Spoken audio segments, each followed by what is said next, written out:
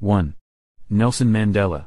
Nelson Mandela was one of Africa's finest citizens and statesmen. Prior to becoming President of South Africa 1994 to 1999, he sacrificed a great chunk of his life fighting against the apartheid political system in the country. As South Africa's first black president, his government tackled key racial systems that segregated and tore apart the country's diverse races. Mandela was a revolutionary who got imprisoned on several occasions for his activism. Upon his release, after 27 years behind bars, his African National Congress ANC won the 1994 general election, which was South Africa. 2. Haile Selassie. Haile Selassie, also known as Rastafari Makonnen, was an Ethiopian ruler 1916 to 1974 and emperor 1930 to 1974. Undoubtedly, Selassie was one of the biggest sons of Africa whose name can never be erased from history. Even at a young age, Selassie showed promising intellectual capacity. His intelligence quickly earned him political appointments from the Ethiopian emperor. Selassie eventually became emperor of Ethiopia upon the death of his father-in-law. In the early 1960s, he supported the founding of the African Union, formerly Organization of African Unity, in order to achieve political and economic integration among the African countries. 3.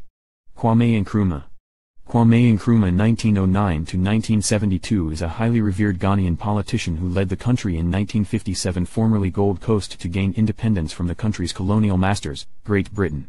One can conclude that he was the founder of Ghana without being too wrong.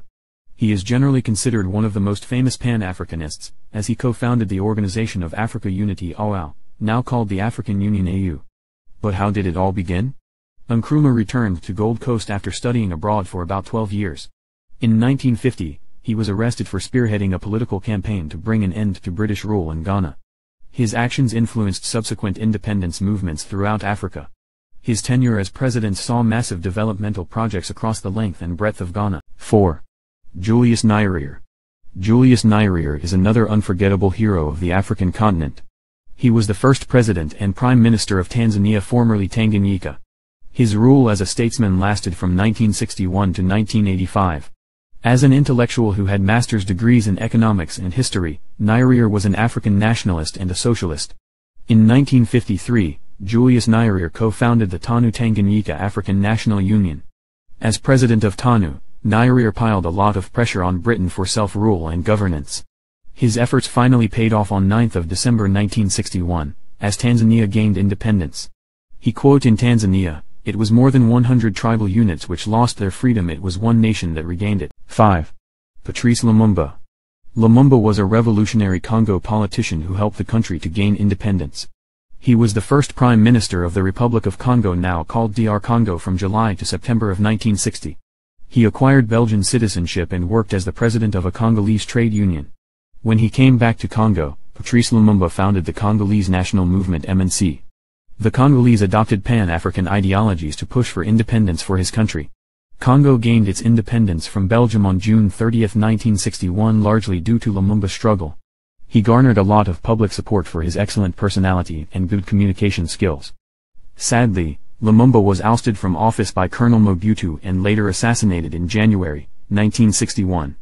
The Congolese nationalist and father of Congolese independence movement was just 35 at the time of his brutal execution. 6. Kofi Annan. Kofi Annan's name cannot be skipped in any list of important African leaders. He was a world leader from Africa. Kofi Annan was a Ghanaian diplomat who led the United Nations (UN) as its 7th Secretary General from 1997 to 2006. He was in charge of the UN, and tackled the HIV/AIDS pandemic in Africa. He and the UN were awarded a Nobel Peace Prize in 2001. His post-UN Secretary General years were also very successful. The Kofi Annan Foundation, a charitable and global policy think tank, is just one of the numerous works that owe its existence to Annan. In the early hours of August 18, 2018, news of Annan's death broke out at the age of 80. Annan will forever be etched into our memories as a great leader who tirelessly fought for global peace and hunger eradication. 7. Thomas Sankara. Thomas Sankara is widely regarded as one of Africa's political heroes. He was a revolutionary who became Burkina Faso's president from 1983 to 1987. Sankara was a strong Pan-Africanist and a supporter of Marxism. He is generally viewed as an icon of revolution, or the Che Guevara of Africa. When he was 20, Sankara joined the army and got trained in Madagascar in 1970.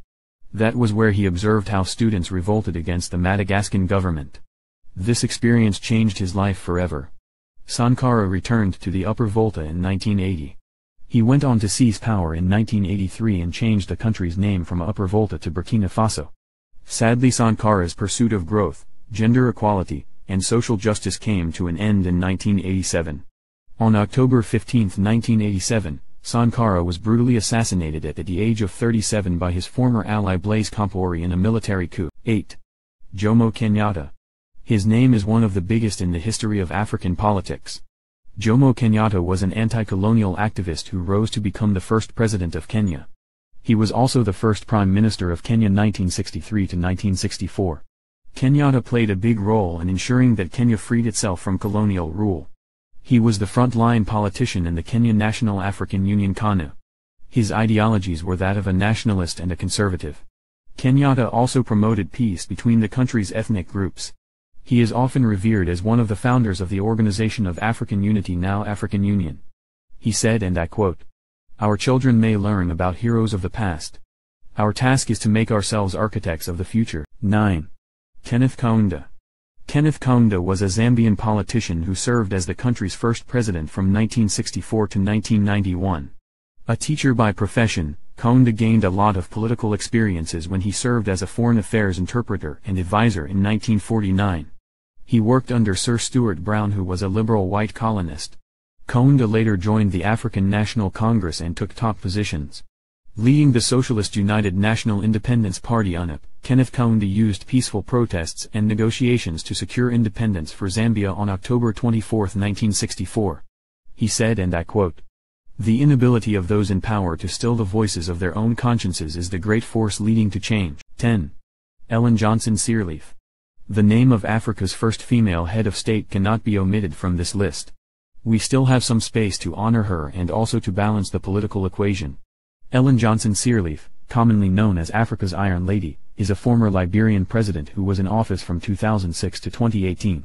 She is a Harvard graduate with an economics degree who fought hard from prisons and exile and became an inspiration to many young female politicians. Thanks to her hard-fought effort, close to % billion in Liberia's foreign debt was cleared after 3 years of being in power. She is credited with creating a sound macroeconomic environment for foreign investment. Conclusion. The one thing that sets the above leaders apart was their unflinching pursuit of progress and peace on the continent.